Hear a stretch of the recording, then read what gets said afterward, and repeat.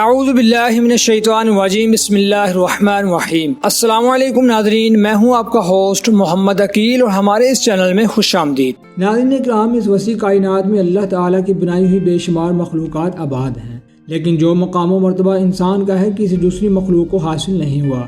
جس کی سب سے بڑی وجہ اللہ تعالیٰ کا انسان کو عقل و شعور عطا فرمانا ہے اور اس کے اظہار کے لیے قوت گویائی یعنی گفتگو جیسے انمول تحفے سے نوازا ہے، جو انسانوں کو دوسری مخلوقات سے ممتاز بنانے میں اہم کردار ادا کرتا ہے، جبکہ یہی قوت انسانوں میں رابطہ کی بنیاد ہے۔ لیکن سوال یہ ہے کہ کیا اس کا استعمال صرف انسان ہی انسانوں سے کر سکتے ہیں یا پھر حیوان بھی انسانوں کی بولی جان کر ان سے کلام کر سکتے ہیں؟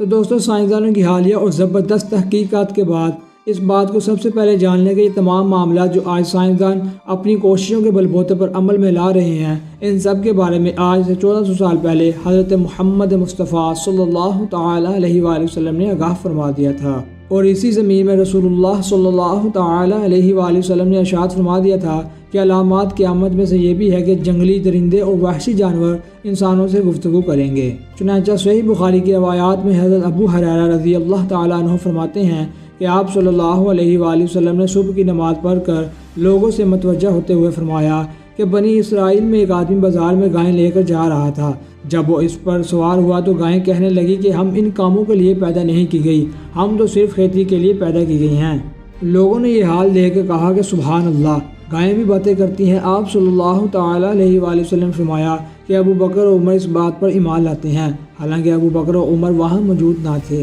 پھر فرمایا بنی اسرائیل میں ایک آدمی اپنی بکریوں میں تھا، اچانک ایک بھیڑیے نے ان پر چھلانگ لگائی اور ایک بکری اچک کر لے گیا۔ یہ آدمی بھیڑیے کے پیچھے گیا حتیٰ کہ بھیڑیے کے منہ سے بکری چھین لی، تو بھیڑیا کہنے لگا کہ اے شخص، آج تو تم نے اسے مجھ سے چھڑا لیا، قیامت کے قریب درندوں کے دن اس کی کون حفاظت کرے گا جب میرے علاوہ اس کا کوئی محافظ نہیں ہوگا؟ لوگ یہ سن کر تعجب سے کہنے لگے کہ سبحان اللہ، بھیڑیا بھی باتیں کرتا ہے۔ آپ صلی اللہ علیہ وآلہ وسلم نے فرمایا میں، ابو بکر اور عمر اس پر ایمان لاتے ہیں، حالانکہ ابو بکر اور عمر وہاں موجود نہ تھے۔ اسی طرح ایک اور روایات مسند احمد میں آتا ہے کہ آپ صلی اللہ علیہ وآلہ وسلم نے فرمایا اس ذات کی قسم جس کے ہاتھ میں میری جان ہے، قیامت اس وقت تک قائم نہیں ہوگی جب تک درندے انسانوں سے کلام نہیں کریں گے۔ لہذا دوستو، ان احادیث مبارکہ سے واضح ہوتا ہے کہ قیامت کے قریب یہ بھیڑیے انسانوں سے کلام کریں گے، جس کا عملی مظاہرہ پہلے تو خود جناب محمد مصطفیٰ صلی اللہ علیہ وآلہ وسلم کے زمانے اقدس میں ہو گیا تھا، جس کے بارے میں مسند احمد کی ایک اور روایات ہے کہ ایک بار مدینہ کے نواحی علاقے میں ایک بدو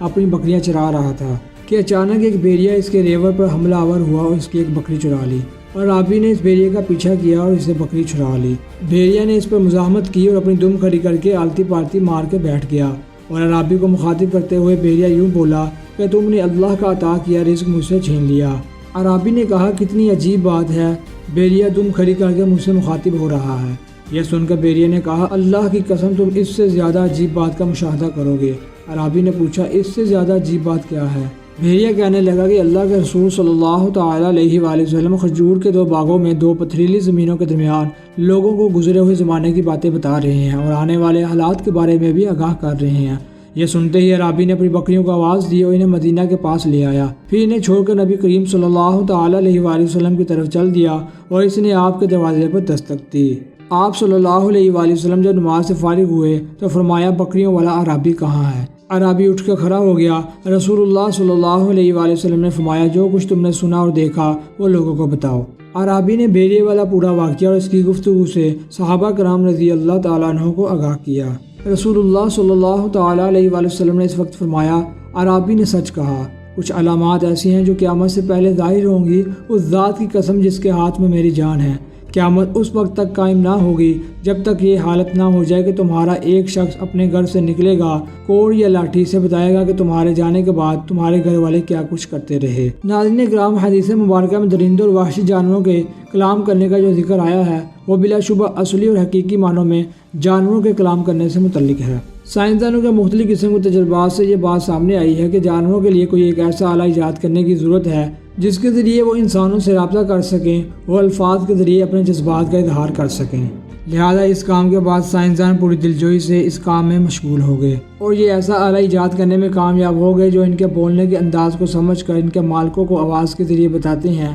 کہ دراصل کس چیز کا اصرار کر رہے ہیں یا ان کے کیا احساسات ہیں۔ دوستو یاد رہے کہ یہ آلہ مختلف قسم کے پالتو جانوروں مثلا بلی اور کتے وغیرہ پر عملی طور پر آزمایا جا رہا ہے۔ ان تمام باتوں کے پیش نظر ہم اندازہ لگا سکتے ہیں کہ وہ دن دور نہیں جب ہمارے آقا حضرت محمد مصطفیٰ صلی اللہ علیہ وآلہ وسلم کی صدیوں پہلے کی گئی پیش گوئی کے مطابق یہ آلہ جنگلی جانوروں سے باتیں کرنے کے لیے بھی استعمال کیا جائے گا، اور اس بات میں کیونکہ اللہ تعالیٰ کا فرمان عالی شان ہے کہ وہ اپنی مخلوقات میں جو چاہتا ہے بڑھاتا ہے۔ اللہ تعالیٰ یقیناً ہر چیز پر قادر ہے۔ دوستو یاد رہے کہ یہ ہمیں عقل و شعور بھی اللہ تعالیٰ ہی کی طرف سے عطا کی گئی ہے، اس میں انسان کا کوئی کمال نہیں، کیونکہ اللہ تعالیٰ ہر چیز پر قادر ہے اور ہر تعریف اللہ ہی کے لیے ہے۔ اور یہ عقل و شعور اور باقی دنیا کی تمام نعمتیں یہ ہمیں حضرت محمد مصطفیٰ صلی اللہ علیہ وآلہ وسلم کی وجہ سے ہی عطا کی گئی ہیں۔ اس کے ساتھ ہی ہماری آج کی ویڈیو کا اختتام ہوتا ہے۔ ویڈیو پسند آنے کی صورت میں ہمارے چینل کو سبسکرائب